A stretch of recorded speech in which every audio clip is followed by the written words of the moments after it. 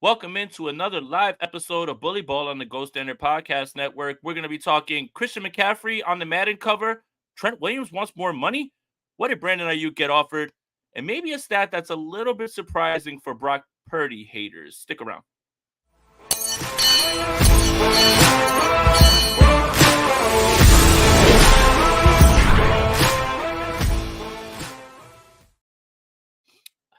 Welcome into another episode of Bully Ball with Jason and Steph, the only podcast that is in the best shape of its life all year round. I'm Jason Aponte. That's Steph Sanchez. Steph, what's going on with you? What's up, man? It's we're now in the dead period, but luckily we covered the 49ers and there's like never such a thing. We got so much to talk about today.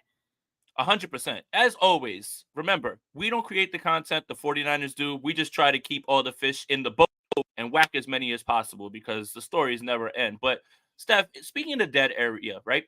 I sent something to our group chat of a stream that happened last night with Kai Sanat, Drewski, and Kevin Hart, in which they spent 24 hours together in a house. And it got me to thinking about possible content during training camp on an off day. What if we just got a bunch of us content creators who are there covering training camp, and we did a similar stream like that? Sure, a little bit it'll be 49ers, but it's just us basically hanging out and goofing around. You think people would be involved in that? I think so. I mean, I think we're pretty entertaining, right? I would say so, especially right. Like, I don't want to say what would be in the cup, things like that, but I think that would just add to certain things. But yeah, I think that's a great idea, especially on a day off. We take a little time off to go to Yard House and record all that as well too. But Not essentially, yard it would house. just be us sitting in a room talking a little 49ers, but really connecting with people on a personal level to see who we really are as people, because we're not just content creators, we're actually people with feelings. Yeah, that is true. We are people with feelings. That would be fun. We definitely got to put a pin on that and get to it. I mean, training camp's gonna be a hoot, man. It's gonna be a hoot and a half. All the homies. We're gonna be walking in like Stephen A. walking into the NBA finals. If Bro you thinks saw he's that. on the team. We think we're on the team. And so yeah, that'll be good fun. But yeah, I mean, right now we're just chilling, we're touching grass a little bit, and we're gonna give you some of this 49ers news and updates that we got for you. Well, speaking about feelings, nobody has feelings like 49ers fans. And today it was revealed that Christian McCaffrey is going to be the cover athlete on Madden. And of course, this sparks a conversation about the good old Madden curse. Now, before we get into all of that, I want to say the actual curse isn't a Madden cover, it's slogans. Quest for Six, Brick by Brick, Revenge Tour. Let's get slogans out of here first before we get into whatever goes on with Madden covers, because the slogans are killing me. How about just win the damn thing? Anyone but the Kansas City Chiefs? Maybe those should be the slogans. But I did want to point out before we get into this whole idea about curses, Josh Allen was on the cover last year. He did pretty good. I think he was a long Stephon Diggs catch from a touchdown and a missed field goal away from knocking off the Chiefs. And Patrick Mahomes was the other cover athlete in 2022. As you guys know, 2023 was John Madden on the cover, because he passed away, rest in peace. But Patrick Mahomes won a Super Bowl in 2022. So, Steph, my God, Christian McCaffrey is on the cover. It's over, right? Pack the whole season up. I think the real Madden curse were the friends we made along the way. Perfect. But no, Perfect. the real Madden curse is actually not the Madden curse at all. It's if I draft Christian McCaffrey first overall in my Aha. fantasy league. That's what you really need to be worried about if that happens, because I am cursed. But no, there is no Madden curse. And you just mentioned like Patrick Mahomes, right? Winning the Super Bowl after he had made the cover, at that point, there's no excuse for anyone to even believe that this is still a thing. It hasn't been a thing for a long time. It did have a strong history though It at did. one point, right? It did, but I think we're beyond that point. And the thing that I've kind of noticed is that people kind of use the Madden curse as an excuse to explain why a player, why a team, falls off in a season or gets hurt in a season, why things just don't work out the way they wanted them to. And really we shouldn't be using that excuse. It's like you say, Jay, it's like win it or get lost, right? Like that's it. I mean, the 49ers are a Super Bowl or bust at this point, and there shouldn't be a Madden curse getting in the way of that. And if there is, there's probably bigger problems. 49er fans and sports fans in general are not just a little stitious, they're superstitious, right? So when we tweet things on the timeline, oh, you jinxed it. I'd like to think that if I had any sort of power to jinx or empower the 49ers, I would have already seen us win a bowl, right? Everyone has their lucky outfit, their lucky plate of food, their lucky drink, whatever it is that, and if it works for you, it works for you. I'm not telling you how to fan, right? And I think that's part of the fun of being a fan. But I love like when I tweet something out there like you're jinxing it. And I'm like, man, if I could help this team with words or any sort of jinx or reverse jinx, I would have. We already had 2 or 3 bowls at this point. But it is interesting to talk about because there is a long history of it, right? Some of it is related, some of it is a down season.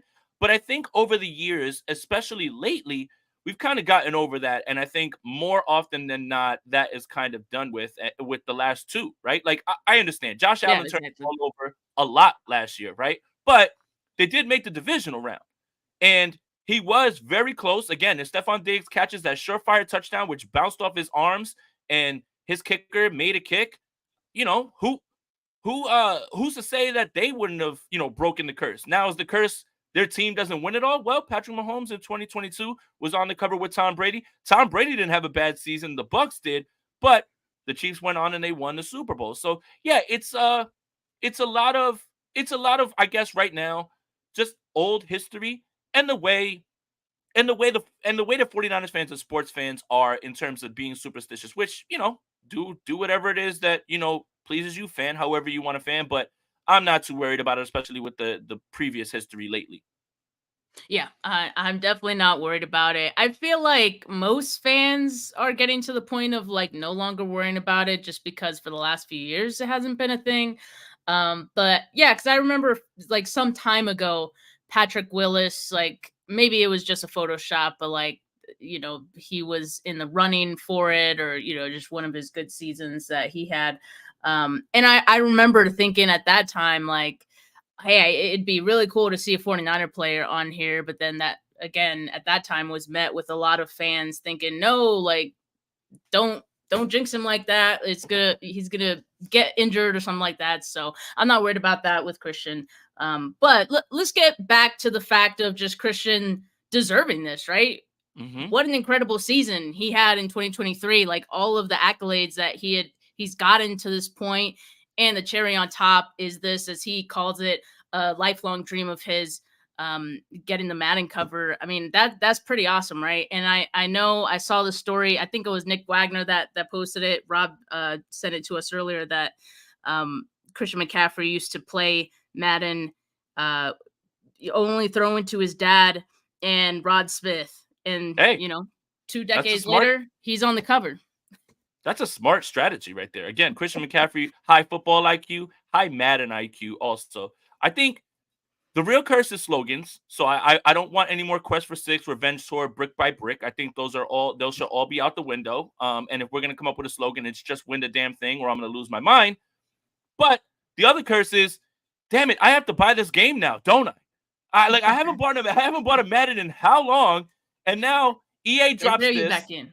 Right, EA drops this with Christian McCaffrey on the cover, and I've got to buy a hard copy now because usually I just generally on my PlayStation I'll download I'll just download the copy. I don't need it, right? Like I don't need who needs physical disc, but I need that one.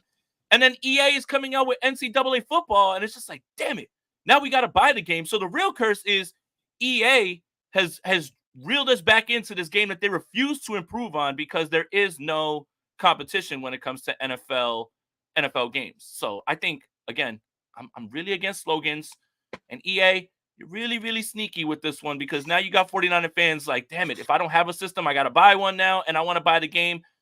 I guess I have to buy Madden now. This is horrible. Dude, I only played Madden, like, I had the game once in 2004 on my Game Boy, and it was the Vic was Wait. on the cover. Hold on. Like Vic. For the younger crowd, please elaborate on what a Game Boy is. Steph. Really? Really? Yes, You think I gotta yes, do that? yes, yes, yes, yes. Wow. I think we have a wide range of ages who watch our show, listen to our show, and the older crowd and older and wiser, and I don't mean that in any bad way. They know exactly what you're talking about when it comes to Game Boy. But for the younger crowd, please explain to them what Game Boy is and the offshoots like Game Gear and other ones and the What the hell variations of is Game Boy. no? What the hell is Game Gear? I don't know What's what that Game is. Gear? Oh, that's it. Now I'm old. Take it and put it on the thing. Now I'm old. You don't know what Game Gear is? Get it. Get her, Rob. Get her, Rob. Get her, Rob. Get her. Game Gear? What? He just No, shook his I head don't and know left. what that is. But I mean, a Game Boy, the handheld little device, and you put the little cartridge in. Sometimes you got to blow on them. I know the '90s kids know what that's about with their old game systems. But yeah, so I had one of the Madden 2004, and that one was awesome. Because yeah, like I said, Vic was on the cover. The soundtrack, as I recall, was pretty awesome. I Oh want to yeah. say like they had the Blink 182 song on that one Yeah.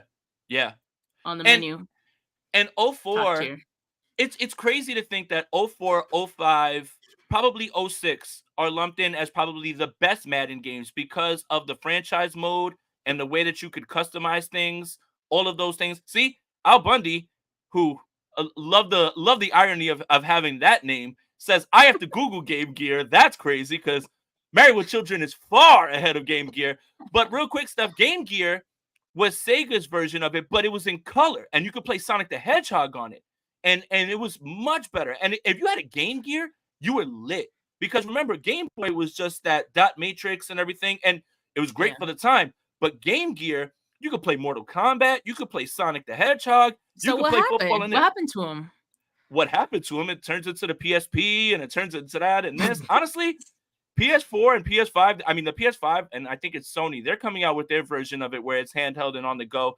I just Yeah. couldn't see myself where would I play this? I don't take the bus.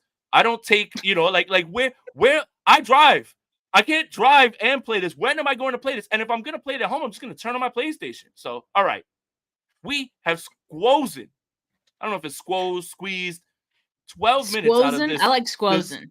squozen. We gotta use Out of that. this Madden discussion, I can't believe that Bully Balls turned into a video game podcast, and Rob is very disappointed in you, by the way, and he's going to give you a tongue lashing later. But one more thing, since we're laughing, one more thing I got to say. I laughed very hard yesterday at the montage of all of the funny moments that we had this entire year from all of the hosts on Gold Standard Podcast. I haven't laughed that hard in a long time, and there were some straight up ayo moments in there. But we have a lot of fun here. We have a lot of fun here on this show. So, but let's get to some serious stuff. Trent Williams, all-world left tackle. There are whispers that he may want more money. Whispers. Now, between all of us, we all kind of expected Trent Williams to be year to year, depending on how he could put himself through the full season, 36, 37 years old, not a spring chicken, still the best in the world. But I think the best way to go through this is we don't know if this is true. And Jeremy Fowler actually clarified his report in saying, Thank God. I don't have anything concrete, but I've heard it enough that I feel comfortable saying it. So it kind of goes back to what we were talking about, Steph, earlier in the year about anything's possible, right? Like anything can happen. Like Yeah. yeah. Again, We love so we're that kind back of here. reporting. We do. But let's just say Trent Williams is looking for a bag. Let's go through. You give a pro, I give a pro. Then you give a con, I give a con. Give me your first pro of Trent Williams getting an extension and extra money. For the 49ers, for fans, it means that there's a higher chance that Trent Williams plays longer than maybe, he would if he doesn't get this extension. That's one. Okay. My pro is I think he's excited of the prospect of covering Brock Purdy's blind side, and he's kind of been rejuvenated by the idea of like, I want to play with this kid as long as I can. I'm still very good, and he's still a very good quarterback. Now, Steph, a con. Man, I honestly don't have too much. I mean, obviously, the 49ers, we know, are starting to get a little strapped for cash. So this could complicate things a bit. Of course, you talk about Brock Purdy. He's due for a mega deal next off season. So does this muddy the water a little bit? Possibly. So I'd say that's one con. I'd say the other con is obviously the salary cap, but if there is, God forbid, knock on wood, some sort of fall off or some sort of injury that continues to tie up this money while this happens, that's it's less of a con and more of a concern, right? Like you have to look at Mhm. this like through the lens of everything. So obviously you bring up salary cap, I bring up, you never know when it's coming in the NFL, even though Trent has just been incredible. And I would have a hard time saying no to him. I would have a very hard time saying no to him. Now, give me another pro. Just on that, I mean, yeah, he's 36 next month, so Yeah. that is definitely a concern. Another pro is that the 49ers, as we know, are pretty good at structuring their contracts in such a way that if he does get a new deal, we can assume that the first couple years would possibly lower his salary or his cap hit for the 49ers. So I think that'd be a pro. That's a very good one. Here's another pro. The 49ers and our fans and all of us have been concerned about who is going to take the reins at left tackle because there would be a huge dip. But what if we can kick that can Problem further down solved. the road? Further down the road and just say, hey, Trent Williams is here to stay. That's a huge pro, right? Okay. One last con, and then I have one last con. I don't have another con. I'm actually curious to think like what your con is. It's the money thing more than anything. It's just the Yeah. the idea of keeping Trent and then losing a Mooney Ward, not being able to pay other people, and I think that kind of falls into salary cap. So I guess it's the same sort of con, right? But when you look at the level of play, and when you look at what I think is him looking at Brock Purdy and this team and saying, man, I want to stay here and I want to play with this quarterback because I believe in him so much, which I think a little bit of it was like right after that Philadelphia game, Trent was very somber and talking about, I Mhm. don't know if I can keep doing this. I don't know if I can keep doing this. Yeah. And then you have this year where you get so close. Trent plays in his first Super Bowl and he's like, wait a minute, I don't know if I can walk away from this. So I'm I actually see a lot of better things than bad things. And I do trust the Yes. 49ers to find a way to structure his contract, make sure it doesn't get in the way of those things, but push may come to shove. And if you have to choose between a 38-year-old Trent Williams or maybe a Dre Greenlaw or a Mooney Ward or someone else, that's when things are going to get a little bit tricky. So I think that's the only real concern that I have. When it comes to paying certain players, there are some easy decisions. I think Christian McCaffrey wanting more money and like that was probably an easy decision for the 49ers. And quite frankly, there's not much to argue against Christian McCaffrey wanting more money. And you can even argue that even with the raise that he got, like he is still underpaid for like the value that he brings to this team. So I think the 49ers more than happy to give that to him. I think it's the same thing for Trent Williams. I don't think the 49ers could really argue much against it. And in fact, I think they would be ecstatic Mm. to give him another contract, maybe add a couple extra years. Now that's the question, right? If he wants a new deal, like currently he's signed till 2026. If he wants a new deal, is he really looking to play beyond that, or is he just want a new deal to kind of like just get more money in that time frame, more guaranteed money in that time frame? That's kind of the question. And of course, like the reporting to this point, as we mentioned, has been sort of vague. You hear the words whisper, maybe eventually, all these things. I think it's coming. I think Matt Mayoko added a little more color to the conversation, and he just said like he doesn't anticipate that Trent's going to want something this year, but maybe after next year it could be a possibility. So I mean, I think already the 49ers can kick the can down the road, but yeah, looking at all the pros from the 49ers standpoint and even Trent's, I think it's a win-win all around. So I wouldn't even be mad if they got it done like this off season. I just think they have other maybe pressing negotiations right now to to work on, right? But yeah, I mean that would be a no-brainer to me. You're a master of segueing, and that's perfect. And I also want to add one more thing about Trent Williams. I do believe it is important for him to be the highest paid left tackle in football because he sees himself as the best left tackle in the world. And I think we We all all agree see with him as that. that. Yeah. Right? Like he literally asked for just a little bit more money than Bakhtiari, and it's just goes to show the petty too. It's like not even like a few million. He was just like $100,000 more, right? And I don't blame him, right? Like you're the best in the world. You want to be paid like the best in the world. You got to continue to show that. But I do believe that that is something also that he really enjoys. But segueing to the next big thing, and probably the biggest thing going on in 49ers world right now, apparently Brandon Aiyuk has had an offer. $26 million a year. Some of us would be lucky to even make that in 10 lifetimes. And this is why he's so good at football. I think he definitely deserves this. But it sounds like things are starting to progress in terms of numbers. That's starting to come out a little bit more as opposed to the reports of pessimism from TJ Houshmandzadeh, a little bit of Matt Mayoko kind of softening the blow for us by going on the radio, saying things on 49ers Talk, talking about the fifth year is a little bit more of a possibility. But $26 million in comparison to the rest of the field. And I want Rob to pull up this graphic because I think it's a little bit more fair than people think. I think the hang-up isn't necessarily the average annual salary and more about the guarantees. So $26 million would put him right above Devonta Smith, which is fair, right? And right behind Cooper Kupp. Now, Cooper Kupp got his deal after a historic season, 26.7 annual, right? Devonta Adams is Devonta Adams. The one where I start to get a little nervous that he wants to top, and I think rightfully so, because based on production and usage, is Jalen Waddle. Now, Jalen Waddle's at 28.25, right?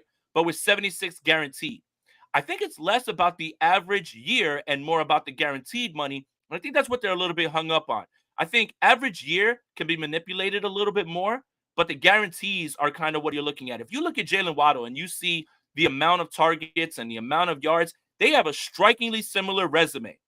So why wouldn't you put yourself in that spot? But $26 million would have him, let's see, 1, 2, 3, 4, 5, 6, 7, eighth. The eighth highest paid annual average per year. Steph, is $26 million a slap in the face to Brandon Aiyuk? A little. I mean, I'm gonna be honest. Like, I think a little, just because you look at the deals that have been made this offseason, and yes, Devontae Smith at 25 mil a year, but I think we kind of circle Jalen Waddle as the most comparable to Brandon Aiyuk statistically, and him getting that 28.2. I mean, that's what the market is, right? So, the Dolphins paid that, and I think it would make sense for Brandon Aiyuk to at least get in that range. Now, 26 million, that's just a difference of 2 million, right? So there's still some time, and as we've been saying all off season, like, the stuff usually gets done a month from now, or a month and a half from now. So there's definitely time to bridge that gap of $2 million. Like, I think you're right. I think we could see maybe like a $26 million deal, but a higher guarantee, like maybe 77, closer to the Amon-Ra thing. Because that's what TJ Houshmandzadeh was saying. Like, hey, if Brandon Aiyuk was offered the Amon-Ra deal, Aiyuk would already be in the building. Like, there's no question about it.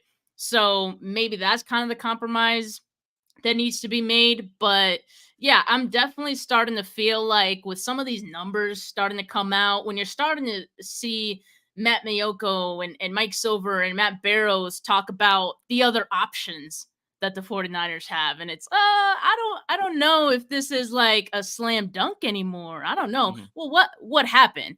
That's my question. Well, I think the 49ers are starting to speak through these media guys, and I think we're kind of seeing the same thing on Aiyuk's side. TJ Houshmandzadeh saying those things as well. So now you can see that as a good thing. Honestly, it's communication. It's not the most productive form of communication, right?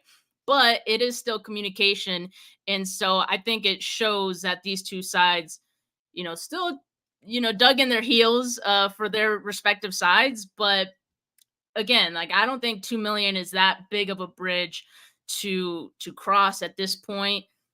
It's just a matter of who's going to flinch first. The 49ers have all the leverage. 100%. And I think we should listen to TJ Houshmandzadeh when he speaks, because he did say $30 million to get you in. And that kind of right now is in line with this report of $26 million, which he doesn't want. And if he did want it, I think they would have already gotten it done.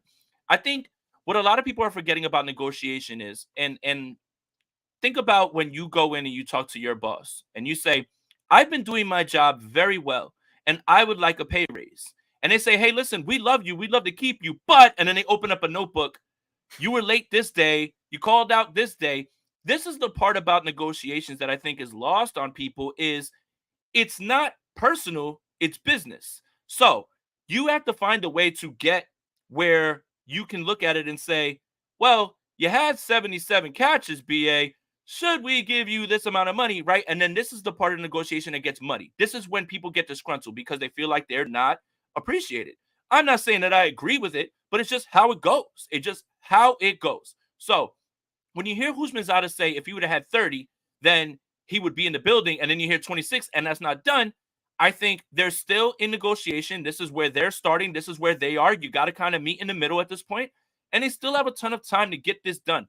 One other thing, I think the 49ers, and to kind of, I guess, reason or talk about why it takes them so long close to training camp, is I think when training camp comes around and they start to get this feeling of who they believe is about to make this team, what's about to happen with all their money, and they get a very clear picture of their salary cap, is when they dig in and they say, okay, boom, here's what we're going to do, and let's get this done now. Because you remember, Nate Sudfeld comes in for how much money, and we're like, oh, that's a backup, right? Like, that's a backup because he, follow the dollars, and you're cut, right? Like, you're gone. And obviously Jimmy Garoppolo was there, and obviously Brock Purdy was in the wings right there. But I do think that they're waiting closer and closer to training camp because they have a better idea of who they believe is going to make this team. And then they have a clear view of their cap and how they're going to fix it. And that's why you kind of see these deals go a little bit closer to training camp. My only concern would be this extending through training camp and having Aiyuk just show up for week 1. I think it's imperative for Brandon Aiyuk and the 49ers to get this done before training camp, have them come in for training camp and get this thing rolling so they can try to make another deep run in January. Yeah, I think for 2024, it's important that Brandon Aiyuk reports early enough that he can ramp up for the season, right? But I also think it is still a possibility that, this deal doesn't get done before the start of the season and they just have Brandon Aiyuk play on his 5th-year option. And I think the 49ers would be totally okay with that as well, because you mentioned the fact that, even waiting to July, late July, gives you the time to kind of, survey a lot of different things, maybe Ricky Pierce, all those things. Imagine what another extra year would do for you. Right. So shout out Gray Fox 198 for the donation. A curse to break a curse. It's the only way. I like that. If I could quote Thanos, a soul for a soul.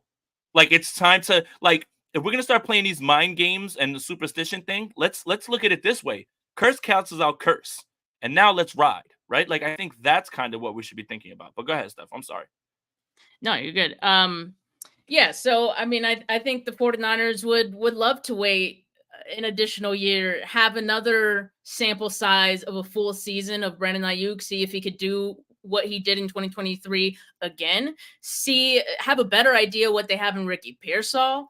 And then let's just say Brandon Aiyuk has an awesome season. Maybe he outdoes what he did in 2023. Maybe it's about the same. The market price for wide receivers goes up again. I think at that point, the 49ers would be like, okay, like, we don't have as much to argue with. You did it. I mean, we had some questions about it, but you proved us wrong. So, okay, here's your money. I think there would still be some, lowballing by the 49ers or some attempts. But, at the end of the day, I think they do want that time. Now, I do also believe, like, John Lynch saying these things like, yeah, like, we want to get this deal done early. To me, the more I think about it, I'm like, now we're in June, right? The more I think about it, it's like, I think you're just saying that you want the player to accept your offer sooner. That's all you're saying, because you're not actually backing off of what you want and, standing your ground and all that. You're not going to just dish out the money right away just because you want to get it done. that's not what they're saying. It's just like, we want the player to accept this offer sooner. We'd love that. But as we know, that's not the reality of these situations. So that's why we continue to see this happen in the 11th hour of the offseason. Betting on yourself in football is harder than betting on yourself in baseball or basketball because of the injury risk, right? Like Yeah. if Brandon Aiyuk decided to do that, that's a bold move. It is because of that fear of injury, right? In baseball, when a guy wants a contract and he bets on himself, Aaron Judge did it, and he has 62 home runs and literally just got the bag. Like you can do that in other sports with less of an injury risk.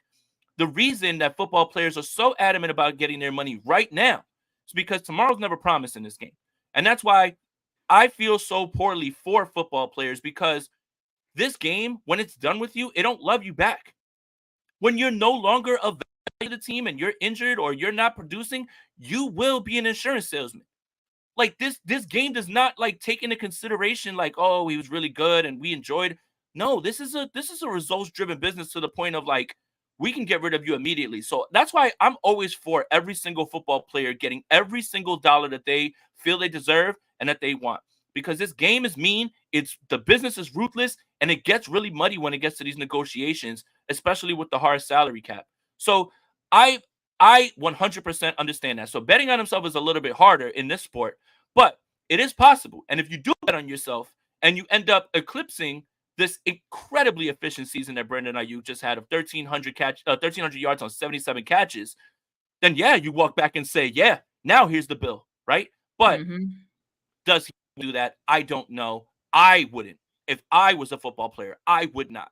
Now, he obviously can't hold out.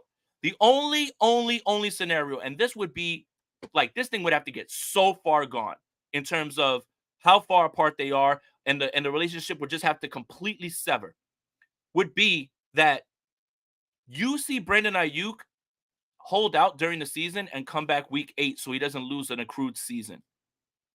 Because that's the latest that he can show up, right? Because he can't just sit out the year.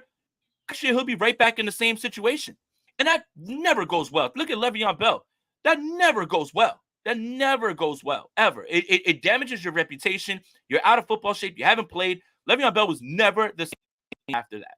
I don't foresee that, but that's probably worst case scenario, in my opinion, in this. And I don't think that's going to happen. Steph, I'm going to reiterate one more time. The 49ers and Brandon Aiyuk get this thing done closer to training camp, and we all look at this whole situation and the conversation around it and laugh. I'm here to double and triple down. If I'm gonna go down, I'm gonna go down with this prediction and this take. Yeah, I think you're right. I still stand with that as well. While the reporting has gotten a little more negative, I guess you could say. Like I said, I think it's clear that these two sides are communicating like through media, through all friends, all that, which I see as a good thing. There's communication happening, and they're going to be able to bridge the gap. I wouldn't be surprised if the final number is closer to the 26 million. I just think that's like, the 49ers don't have too much of a reason to move off that number. It's all on Brandon Aiyuk to accept or not. Again, like I do think they are gonna have some compromise to get closer to the middle, but there's no reason for them to go too out of their way to do that. So yeah, I think it gets done, and we'll look back on it and not bat an eye.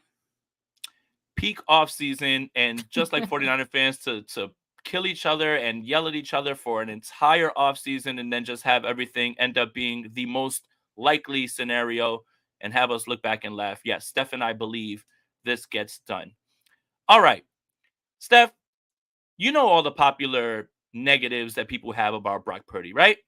Carried by the offense, carried by Shanahan, dink and dunk. Well, PFF put out an article, and by the way, PFF grades are not perfect, but when they back up my narrative and they give me something interesting to talk about, then yeah, I'm all in on this. So the way I look at PFF and statistics are like a light post. They should hold you up and not illuminate you. Meaning everything has to line up with whatever you saw. That shouldn't like tell you a story that you can't see with your eyes, right? So having said that, Everyone likes to call Brock Purdy a check down merchant and, just throws it to Debo, just throws it to McCaffrey, right? So I think a lot of people would be under the impression that in the short intermediate windows, he'd probably be one of the top 10 passers in the league. Would you say, Steph? That's what I would have thought. Yep. Rob, pull up the graphic. So PFF obviously is going off of passing grade in short, intermediate, and deep passes.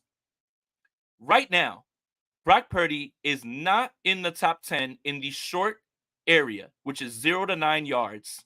He is actually number 18th. And look at these numbers and who's on this list. Josh Allen, rocket arm. Justin Herbert, rocket arm. Trevor Lawrence, Kirk Cousins, Patrick Mahomes, with by far the most passing yards of anybody in the short area. Jordan Love, Jared Goff, Dak Prescott, Joe Burrow, Baker Mayfield. Number 18, Brock Purdy on this list. Number 18. Now, obviously, this is ranked on passing grade. So, 84.1 for Josh Allen, 83.8 for Justin Herbert, 82.1 tied Trevor Lawrence and Kirk Cousins. This is one of the funniest things I've ever seen. Under 10 yards, minimum 200 attempts. I would have thought Brock Purdy was in the top 10 in this list. Like immediately, just based on some of the things that we saw. But he's not. He's 18th, Steph. How surprised are you that Brock Purdy is 18th in the short passing window, according to PFF?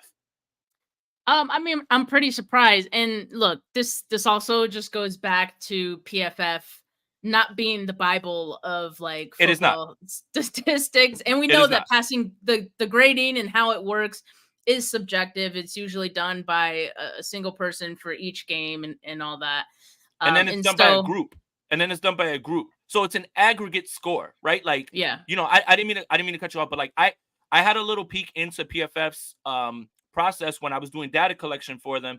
You do the data collecting, meaning you tag every player in the positions that they are. You send it to PFF. Someone grades it. 10 people grade it. Then they send it to a board of former scouts who aggregate the score, and that's how you get to the score. So it's very much subjective. Like, it is very much subjective, to Steph's point. Yeah, so, I mean, I think even this list alone, we got to take with a grain of salt. But I do think that this list is hilarious because you pointed out, like, these are all the guys with, like, rocket arms in the top 10. And that's objectively hilarious to see.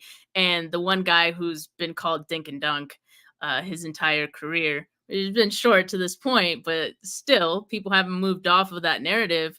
At least a lot of people. You don't see Brock Purdy in that top 10 list. So that's pretty funny. But we did see him at the top of one other surprising category, right?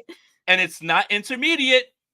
It's not intermediate. Mm-hmm. He's not on that top 10 list either.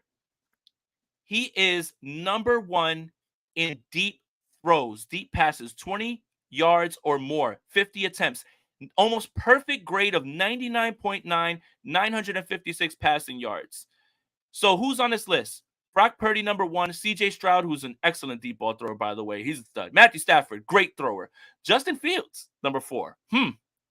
Only 697 passing yards. But remember, more than 50 attempts, so he qualifies. Trevor Lawrence, Tua Tagovailoa. A lot of those throws are wide open, by the way. I had to throw that context on there. Dak Prescott, Geno Smith, who actually has a very good deep ball. Keep scrolling down, Rob, because I can't remember off the top of my head. Jared Goff, and Russell Wilson, who we know has the moon ball. But there is a paragraph under that describes everything a little bit more, and I'd like to read that for everybody so we can contextualize where it is. So whoever wrote this for PFF, a popular narrative among Brock Purdy's detractors is that he gets by on dink and dunk passes while letting his skilled teammates do all the work. However, Purdy ranked just 18th in short passing grade 73. His deep ball, on the other hand, was nearly perfect, resulting in a seemingly impossible 99.9 mark. On balls targeted 20 or more yards downfield, Purdy has completed 30 of 53 passes for 956 yards, 11 touchdowns, 1 interception, while having a big-time throw to turnover-worthy play ratio of 17-2. One of the more shocking discoveries while compiling this list is that Patrick Mahomes was the second lowest graded passer on deep balls. Now, some of that is Marquez Valdes-Scantling can't catch the ball. Some of it is they didn't have guys that could separate. So obviously you have to contextualize that. But Steph, number 1's Brock Purdy. Eat it, dink and dunk haters. it's a rough day for you guys. This is definitely surprising. Like I think we know, us 49er fans, we kind of know that his Brock Purdy's deep ball has matured, I guess you could say. I think he's definitely gotten better at it, more accurate, and the stats that they point out here, the 17-2 big time throw to turnover worthy play ratio, I think shows that. But I'm looking at, again, like, to go back to the grading, like 99.9. Yeah, that's like virtually Consensus, perfect. right? That's like virtually Consensus. perfect. Mm-hmm.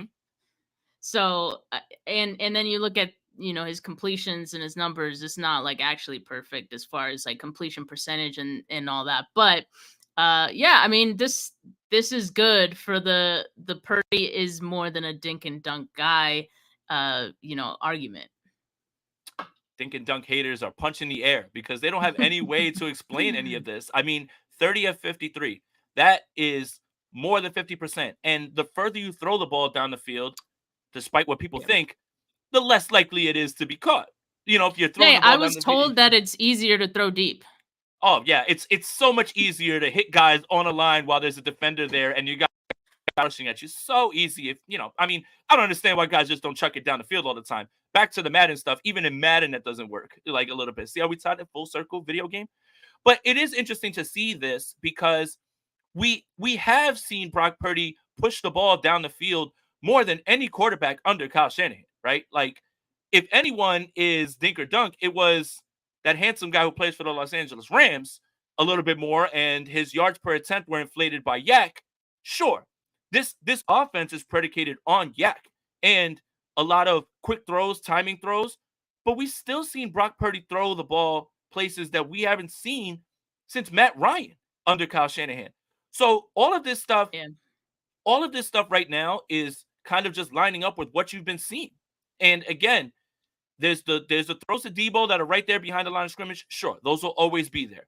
There's the throws that end up being screens, which when I go through the film a little bit more, they aren't designed screens to Christian McCaffrey. It's literally him going through his progression and seeing that he's the last one and getting him the ball. More and more of that is on tape than people want to believe. But all this lines up with what we've been thinking. Like, look at this guy taking chances down the field. Look at him hitting these throws that we haven't seen a quarterback hit under Kyle Shanahan. Even if the attempts are lower, they're still higher than any quarterback that the 49ers have had under Kyle Shanahan. It's pretty easy. And there's reason to believe that, we'll see even more of that this year. One, because, I think, we might see the 49ers pass even just a little bit more than they did last season, which even last season, while they were like the highest in rushing attempts, they did pass the ball more. I think we see that again with this 49ers team and with Brock Purdy. And I think it is not even crazy to believe that Brock Purdy could be more accurate on some of these passes as well as he gets more comfortable and works on his mechanics in the off season to build some more strength, get some more zip on the ball, all those things that quarterbacks work on in the off season. So I'm excited for this year and just seeing what Brock does to further silence the haters, because I mean, I feel like he's done enough to do that, and yet there's still a lot of people who believe what they do on Brock. And let's not forget, adding Jacob Cowing and Ricky Pearsall, doesn't this lend to the idea of like we want separators up top a little bit more, because we have seen Brock hit these throws that how many times did we watch Kyle Shanahan while Jimmy Garoppolo was the quarterback or anyone else literally throw his playbook down because he designed a shot that gets turned down for a much more difficult, shorter throw. Like literally right now, it's literally now this team looking at Brock saying, wow, he's actually hitting the throws we're designing for him. Let's get him some more help and get him some more speed for guys to separate and get up a little bit top. All this stuff is lining up, Steph. It's a very exciting time right now when it comes to Brock Purdy, because an entire offseason with no injury, only can get stronger, only can get better. I think this is what a lot of fans are excited about coming into the season, because there was so much uncertainty last season with Brock Purdy in terms of, man, is he going to have the arm strength? What's going to happen? Is he going to be the same guy? Well, man, he put together a pretty damn efficient season where he ended up as one of the MVP candidates. There is still room for Brock, even if the statistics don't bear them out, to improve. And I think we have been a proponent of that the entire offseason. Let Kyle Shanahan cook, man, and Brock Purdy definitely does that. So I think that's why like we see Kyle lean into that a little bit more because I mean he's finally able to show what he has in his bag as a play caller. And so yeah, it should just be another fun season. And by the way, you mentioned Ricky Pearsall, it sounds like that connection between him and Brock already kind of blossoming through minicamp. Can't wait to see that in training camp. Yeah. I think, again, we know what this team is. We know what certain guys are. We know George Kittle, right? Like, he may not have to practice at all. We know what Christian McCaffrey is. We know what Debo is. Brandon Aiyuk, we expect to be there. It's right now, training camp is about guys returning from injury. What does Hufanga look like? Who says, like, he's going to be week 1, so I guess that's out the window. But, like, what's Ricky look like with the pads on, right? Against the better corners. What's Jacob Cowing look like? What's this rookie class look like? And I think one underrated storyline is going to be the shuffling of the offensive line, right? Like, where does Feliciano play? What's going to go on with Burford, right? Like, that sort of stuff is the stuff that you need to really watch for in training camp because it's so relieving right now to not have to worry about who's going to be the starting quarterback or is he good, because he is good. Now we can just kind of focus on the rest of the team and just the ancillary parts that are going to contribute to this team making a run. Yeah, I mean, there's a lot to track this offseason, as it feels like there always is every offseason, even despite this team being so deep as it is. And like you could say it's like top heavy and all these things. They got all these stars, but like there's still a lot of battles to track. And that's what's fun about the offseason and what's fun about training camp. So yeah, there's a lot of questions to be answered in the next few months, and I can't wait to see it unfold. And to recap today's episode, Christian McCaffrey being on the Madden cover is not a curse. Let's grow up. Trent Williams may want some money. There's a lot of good things about it. There's some things that could be bad. Brandon Aiyuk wants to get paid, and deservedly so, and we still believe it's going to get done. And Brock Purdy's shutting up the dink and dunk haters all over the place with this article that PFF put out, which fully supports my narrative and this segment on the podcast. That's going to be all. And I learned what a Game Gear is.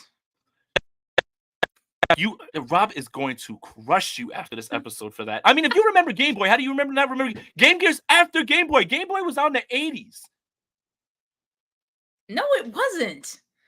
Yes, it was. Chat. No, it wasn't. Was Game Boy not out in the 80s? Rob, well, I didn't have Game Boy not in the 80s. I wasn't born in the 80s. But the thing is you're talking about something from the 80s. Rob. Steph, what planet do you live on? Game Boy was here first, then Game Gear came. What year did Game Gear come out? 92? 93? And it had color. I was 2 years old. But you had a Game Boy. Yeah, I had a Game Boy when they became like popular for 90s kids. Game Boy came out in 89. Like right. I was ironically hip, like Tamagotchi or something like that. Like, was it that? Please tell me you remember that. What? Yeah, I remember Tamagotchi. All right. Cool. April 21st, 1989 for Game Boy. Thank you, chat. Appreciate that. Brett, man, he got the actual date. He's cooking. Date and time of the release. Game Gear was 91. Yeah. There you go, 91. I mean, you could Even play worse. Mortal Kombat on I wasn't even born yet. This is such an interesting discussion, and this is going to go on through the whole offseason. But that'll do it for another episode of Bully Ball on the Gold Standard Podcast Network. Make sure you guys like this video, subscribe to the channel. Make sure you guys are subscribed to the Gold Standard Podcast Network wherever you get your audio podcasts. Follow Steph on Twitter at Steph49K. Follow me on Twitter at JasonAponte2103. We both have YouTube channels, so maybe you want to go out there and check it out and subscribe. There's some good content from the both of us coming as well. But for Steph, for Jay, we're out of here. Peace.